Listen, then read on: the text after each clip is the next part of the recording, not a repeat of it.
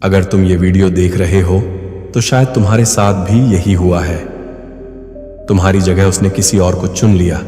और सबसे ज्यादा चुभने वाली बात यह नहीं है कि उसने किसी और को चुना, बल्कि यह है कि तुम चुप हो। तुम इग्नोर कर रहे हो, फिर भी उसे कोई फर्क नहीं पड़ रहा। वो तीसरा हर वक्त उसके आसपास है, हंस रहा है, जी रहा है, और तुम्हें लग रहा है कि तुम्हारा साइलेंट रहना बेकार जा रहा है।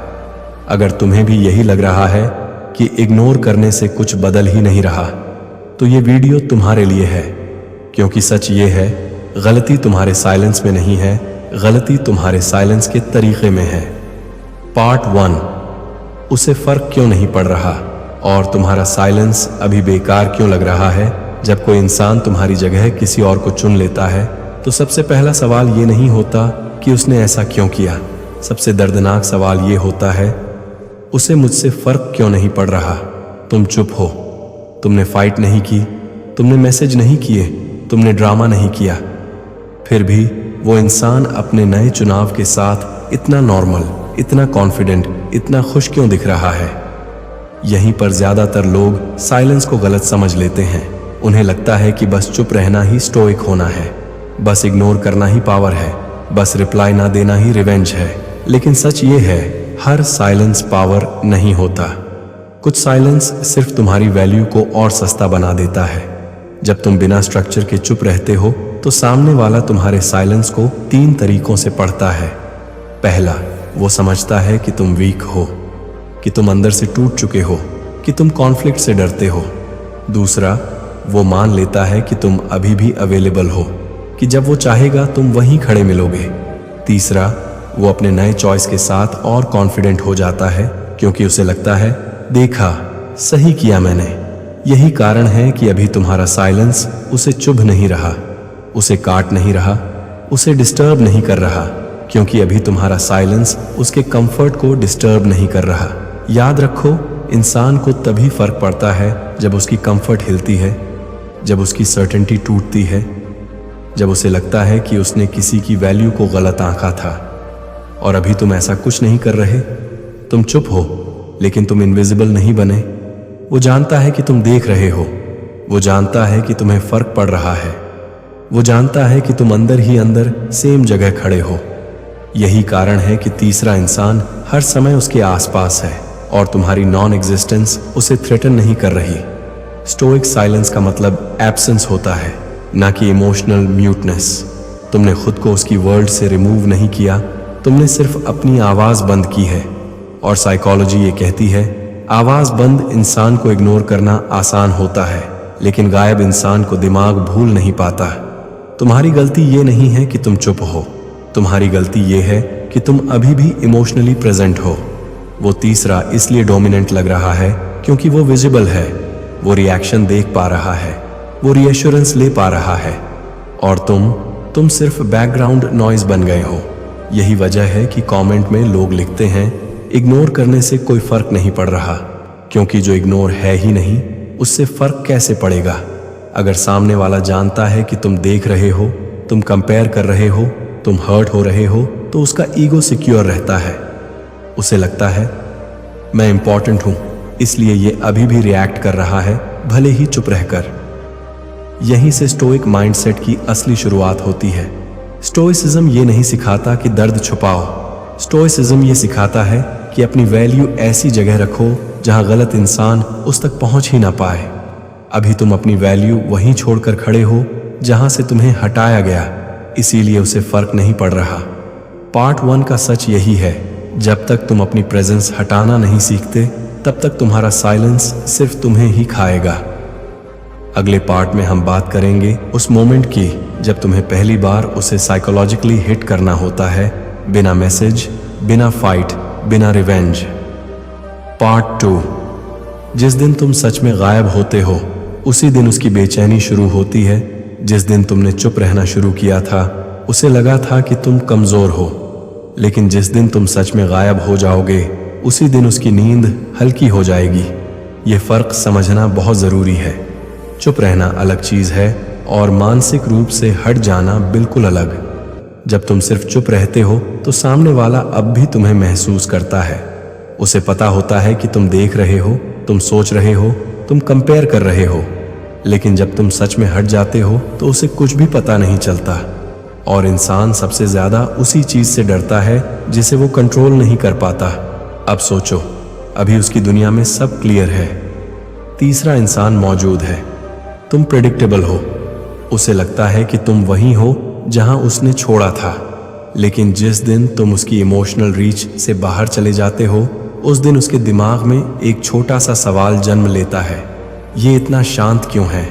और यही सवाल धीरे धीरे बेचैनी बन जाता है। स्टोइक साइकोलॉजी कहती है, अगर किसी इंसान को तुम्हारे बारे में कुछ भी पता नहीं चलता तो उसका दिमाग खुद कहानियां बनाने लगता है, और वो कहानियां हमेशा वर्स्ट होती हैं। वो सोचेगा, क्या ये आगे बढ़ गया? क्या इसे कोई और मिल गया? क्या इसे सच में फर्क नहीं पड़ता था? और सबसे खतरनाक सवाल, क्या मैंने इसकी वैल्यू को कम आंका? यहाँ समझने वाली बात यह है कि तुम कुछ करके उसे डिस्टर्ब नहीं करते, तुम कुछ न करके उसके दिमाग को डिस्टर्ब करते हो। लेकिन इसके लिए तुम्हें सही तरह से गायब होना पड़ेगा। गायब होने का मतलब सोशल मीडिया डिलीट करना नहीं है, ब्लॉक करना भी नहीं है। गायब होने का मतलब है उसकी इमोशनल इकोनॉमी से खुद को बाहर निकाल लेना। कोई इनडायरेक्ट स्टेटस नहीं, कोई सैड सॉन्ग नहीं, कोई बिजी बट ब्रोकन वाइब नहीं। तुम नॉर्मल दिखते हो, शांत दिखते हो, लेकिन अनरीचेबल होते हो। यही सबसे डेंजरस कॉम्बिनेशन है, क्योंकि जब कोई इंसान खुश दिखता है लेकिन उसकी वजह समझ में नहीं आती तो सामने वाला खुद को दोष देना शुरू करता है। यहीं से तीसरा इंसान भी धीरे धीरे इनसिक्योर होने लगता है, क्योंकि तीसरा हमेशा जानता है कि वो रिप्लेसमेंट है, ओरिजिनल नहीं, और रिप्लेसमेंट ओरिजिनल के शांत हो जाने से सबसे ज्यादा डरता है। अब एक सच सुनो, तुम्हारी वैल्यू उस दिन बढ़ती है जिस दिन तुम एक्सप्लेन करना बंद कर देते हो, जब तुम सफाई नहीं देते, जब तुम जस्टिफाई नहीं करते, जब तुम प्रूव नहीं करते कि तुम हर्ट हो। क्योंकि जिस इंसान को तुम सच में खो चुके होते हो, उसे ये जानने की भी जरूरत नहीं होती कि तुम्हें क्या महसूस हो रहा है, और यही रियलाइजेशन उसे अंदर से हिला देती है। वो थर्ड पर्सन के साथ बैठा होगा, हंस रहा होगा, लेकिन उसका दिमाग बार बार तुम्हारी तरफ जाएगा, क्योंकि उसने सोचा था कि तुम टूट जाओगे, लेकिन तुम नॉर्मल हो गए। यही मिसमैच उसके ईगो को चोट पहुंचाता है। यही वो जगह है जहां स्टोइक साइलेंस काम करना शुरू करता है। लेकिन ध्यान रखो, ये प्रोसेस स्लो होती है, ये इंस्टेंट रिवेंज नहीं है, ये साइकोलॉजिकल इरोजन है। हर दिन जब तुम रिएक्ट नहीं करते, हर दिन जब तुम विजिबल नहीं होते, हर दिन जब तुम सेल्फ रिस्पेक्ट चुनते हो, उसके दिमाग का एक हिस्सा तुम्हारे खिलाफ नहीं, तुम्हारे लिए काम करता है, और वो खुद नहीं समझ पाता कि उसे बेचैनी क्यों हो रही है। यही कारण है कि स्टोइक लोग कभी चेज नहीं करते, क्योंकि उन्हें पता होता है जो इंसान तुम्हें खोने से डरता है वही इंसान तुम्हें रिस्पेक्ट देता है। और डर साइलेंस से नहीं, एब्सेंस से पैदा होता है। पार्ट 2 का सच यही है, जिस दिन तुम उसके लिए क्वेश्चन बन जाते हो, उस दिन तीसरा उसके लिए आंसर नहीं रह जाता। पार्ट 3, जिस पल उसे पहली बार तुम्हारी कमी महसूस होती है, यह वो पल नहीं होता जब तुम उसे याद आते हो, ये वो पल भी नहीं होता जब वो अकेला होता है। असल में ये वो पल होता है जब सब कुछ ठीक चल रहा होता है और फिर भी अंदर कुछ गलत लगता है। वो तीसरे इंसान के साथ है, हंसी है, बातें हैं, प्लान्स हैं, लेकिन अचानक उसके अंदर एक खालीपन सा उभरता है बिना वजह, और दिमाग सबसे पहले इसी सवाल पर अटकता है, पहले ऐसा क्यों नहीं लगता था? यहीं से तुम्हारी कमी महसूस होनी शुरू होती है, क्योंकि इंसान तब तक किसी की वैल्यू नहीं समझता जब तक उसे रिप्लेस करने की कोशिश पूरी तरह फेल नहीं हो जाती। तीसरा इंसान अटेंशन दे सकता है, प्रेजेंस दे सकता है, लेकिन वो इमोशनल वेट नहीं दे सकता जो तुम बिना बोले देते थे। अब याद रखो, तुम्हारी कमी उस पल महसूस नहीं होती जब तुम अच्छे थे, तुम्हारी कमी उस पल महसूस होती है जब कोई और तुम्हारी जगह लेने की कोशिश करता है और असफल हो जाता है। स्टोइक साइकोलॉजी में इसे कहते हैं कॉन्ट्रास्ट इफेक्ट। जब किसी इंसान को एक शांत, ग्राउंडेड, सेल्फ रिस्पेक्ट वाला व्यक्ति मिल चुका हो तो सुपरफिशियल कनेक्शन उसे कभी सेटिस्फाई नहीं कर सकता। शुरुआत में तीसरा एक्साइटिंग लगता है, new energy, new attention, new validation, लेकिन एक्साइटमेंट का नेचर शॉर्ट टर्म होता है और कैरेक्टर का नेचर लॉन्ग टर्म। तुम कैरेक्टर थे। तीसरा डिस्ट्रैक्शन है। अब फर्क समझो। तुम इमोशंस नहीं मांगते थे, तुम प्रेजेंस देते थे। तुम रीअश्योरेंस नहीं मांगते थे, तुम स्टेबिलिटी थे। और स्टेबिलिटी की वैल्यू तब समझ आती है जब दिमाग थकने लगता है। यहीं पर उसके अंदर कंपैरिजन शुरू होता है। लेकिन ये कंपैरिजन जानबूझकर नहीं होता, ये ऑटोमेटिक होता है। किसी बात पर तीसरा ओवर रिएक्ट करता है, दिमाग तुम्हें याद करता है। किसी सिचुएशन में तीसरा इनसिक्योर होता है, दिमाग तुम्हारी मैच्योरिटी याद करता है। किसी साइलेंस में तीसरा ऑकवर्ड लगता है, दिमाग तुम्हारी कंफर्ट याद करता है। और सबसे खतरनाक बात, तुम्हें याद करते वक्त उसे गिल्ट नहीं होता, उसे रिग्रेट होता है। गिल्ट तब होता है जब इंसान गलत करे, रिग्रेट तब होता है जब इंसान कुछ कीमती खो दे। और रिग्रेट धीरे धीरे ईगो को खाने लगता है। अब यहाँ एक जरूरी बात समझो, अगर तुम अब भी रिएक्ट कर रहे होते, स्टेटस डाल रहे होते, इनडायरेक्ट मैसेज भेज रहे होते, तो ये रिग्रेट कभी पैदा ही नहीं होता। क्योंकि तब वो सोचता ये अब भी यही है, लेकिन तुमने खुद को विथड्रॉ कर लिया। तुम एक्सेसिबल नहीं रहे। और इंसान जिस चीज को कभी भी पा सकता है उसकी वैल्यू नहीं समझता, लेकिन जिस चीज तक पहुंच नहीं पाता वो ऑब्सेशन बन जाती है। यहीं से उसके अंदर क्वेश्चंस जन्म लेते हैं। क्या ये सच में आगे बढ़ गया? क्या इसे फर्क नहीं पड़ा? क्या मैंने इसे बहुत हल्के में लिया? और सबसे डेंजरस सवाल, क्या मैंने खुद को गलत चुना? याद रखो, तीसरा इंसान तुम्हारा कॉम्पिटिटर नहीं है, वो तुम्हारा कैटलिस्ट है। वो उस रियलाइजेशन को तेज करता है जो बिना उसके कभी नहीं आती। तुम्हारी कमी उस दिन महसूस नहीं होती जिस दिन तुम गए। तुम्हारी कमी उस दिन महसूस होती है जिस दिन तीसरा फेल होने लगता है। और ये फेलियर धीरे धीरे उसके रिलेशनशिप को भी पॉइजन करता है। क्योंकि जब किसी इंसान का दिमाग पास्ट से कंपेयर करने लगे तो प्रेजेंट कभी पीसफुल नहीं रहता। अब स्टोइक ट्रूथ सुनो, तुम्हारा काम उसकी कमी को प्रूव करना नहीं है। तुम्हारा काम बस अपनी एब्सेंस को क्लीन रखना है। No drama, no revenge, no manipulation, बस साइलेंस, सेल्फ ग्रोथ और डिग्निटी। क्योंकि स्टोइक रिवेंज दिखाई नहीं देता, महसूस होता है। और जब किसी को तुम्हारी कमी महसूस होने लगती है तो वो कमी धीरे धीरे उसकी सबसे बड़ी बेचैनी बन जाती है। पार्ट 3 का सार यही है, तुम्हारी कमी तुम्हारे जाने से नहीं, किसी और के आने से महसूस होती है। और अगर तुम शांत रहो तो वो कमी एक दिन सवाल बनेगी, और सवाल नींद चुरा लेते हैं। पार्ट 4, जब वो बाहर से मजबूत दिखता है लेकिन अंदर से टूटने लगता है, ये वो स्टेज है जहां वो मानने को तैयार नहीं होता कि उसे फर्क पड़ रहा है। वो बाहर से नॉर्मल दिखता है, हंसता है, बिजी दिखता है, स्टोरीज डालता है, लाइफ सॉर्टेड लगती है, लेकिन अंदर एक लगातार चलती आवाज होती है जो उसे चैन से बैठने नहीं देती। क्योंकि इंसान तब सबसे ज्यादा टूटता है जब उसे खुद को साबित करना पड़ता है कि वो नहीं टूटा। तीसरे इंसान के साथ रहते हुए वो बार बार खुद से कहता है, मैंने सही किया, मुझे कोई फर्क नहीं पड़ता। ये सब पास्ट है, लेकिन दिमाग झूठ नहीं मानता। स्टोइक साइकोलॉजी कहती है, जिस चीज को बार बार जस्टिफाई करना पड़े वो कभी पीसफुल नहीं होती। अब ध्यान से समझो, इस स्टेज में वो तुम्हें याद नहीं करता जैसे पहले करता था। अब वो तुम्हें कंपेयर करता है, और कंपैरिजन हमेशा कॉन्फ्लिक्ट पैदा करता है।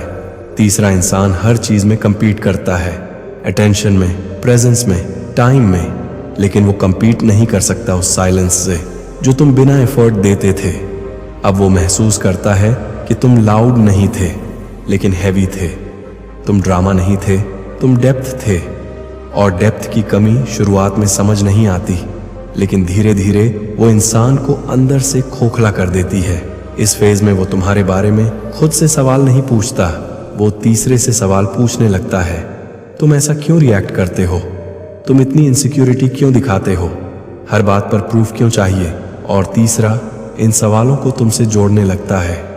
यहीं से उसके रिलेशनशिप में टेंशन पैदा होती है, क्योंकि जब किसी इंसान का दिमाग किसी और को याद करते हुए प्रेजेंट में जीने की कोशिश करे तो वो रिश्ता कभी स्मूथ नहीं रहता।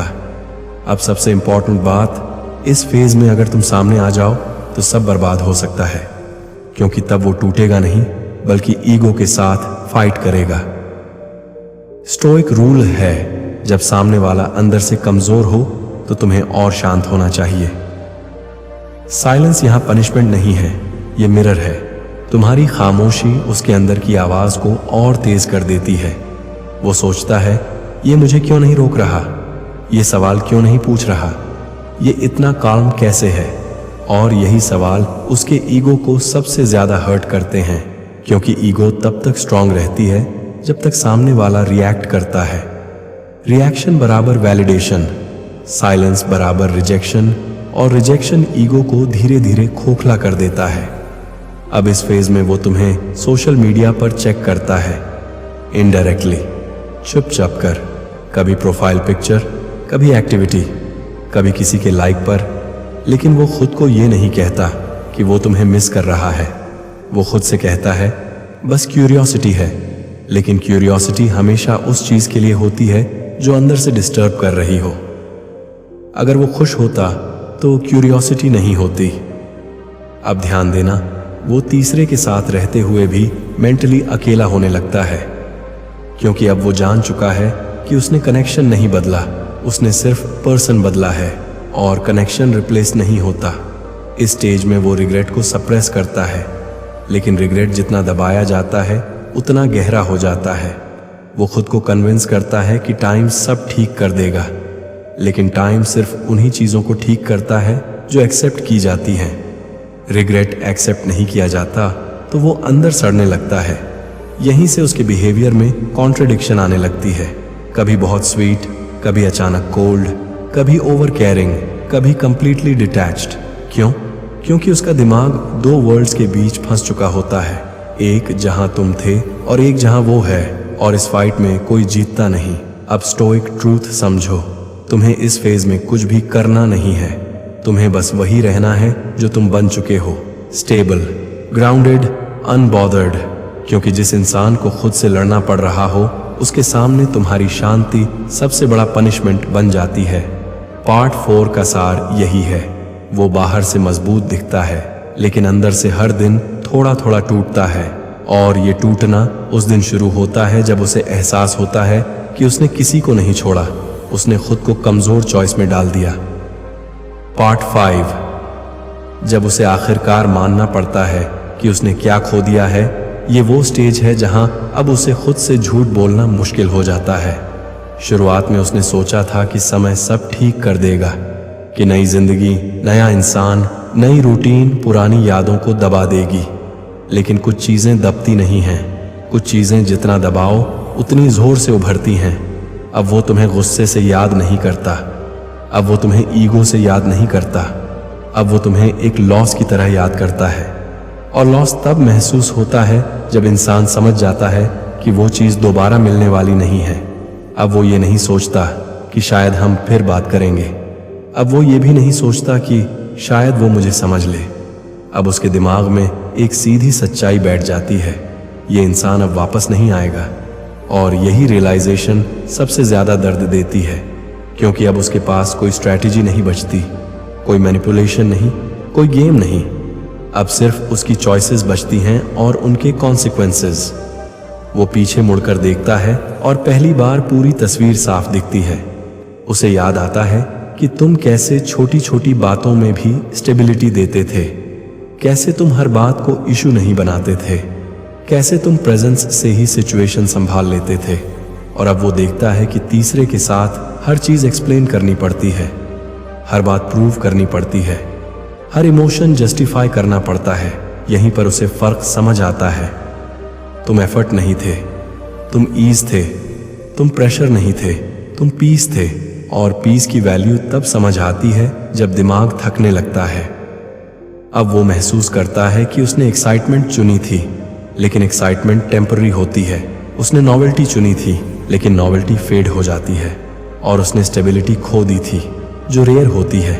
यहीं से रिग्रेट पूरी तरह एक्टिव हो जाता है। लेकिन ये रिग्रेट रोने वाला नहीं होता, ये रिग्रेट चुपचाप जीने वाला होता है।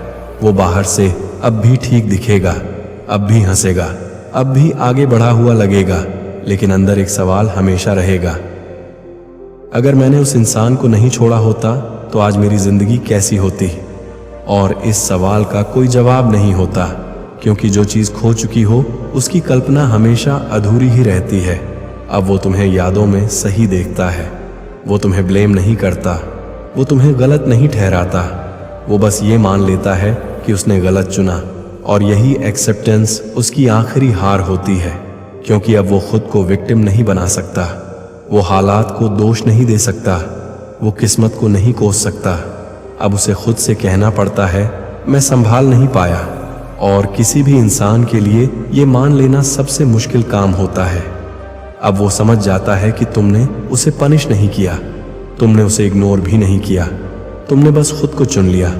और यही सबसे बड़ी बात है, क्योंकि जब तुम खुद को चुन लेते हो तो सामने वाला अपने आप पीछे छूट जाता है। अब उसका डर ये नहीं होता कि तुम उसे छोड़ गए, अब उसका डर ये होता है कि तुम कभी लौटोगे ही नहीं। और ये डर उसके साथ हमेशा रहेगा, क्योंकि हर बार जब वो किसी नए इंसान से मिलेगा, हर बार जब वो किसी नई शुरुआत की कोशिश करेगा, कहीं ना कहीं कंपैरिजन होगा।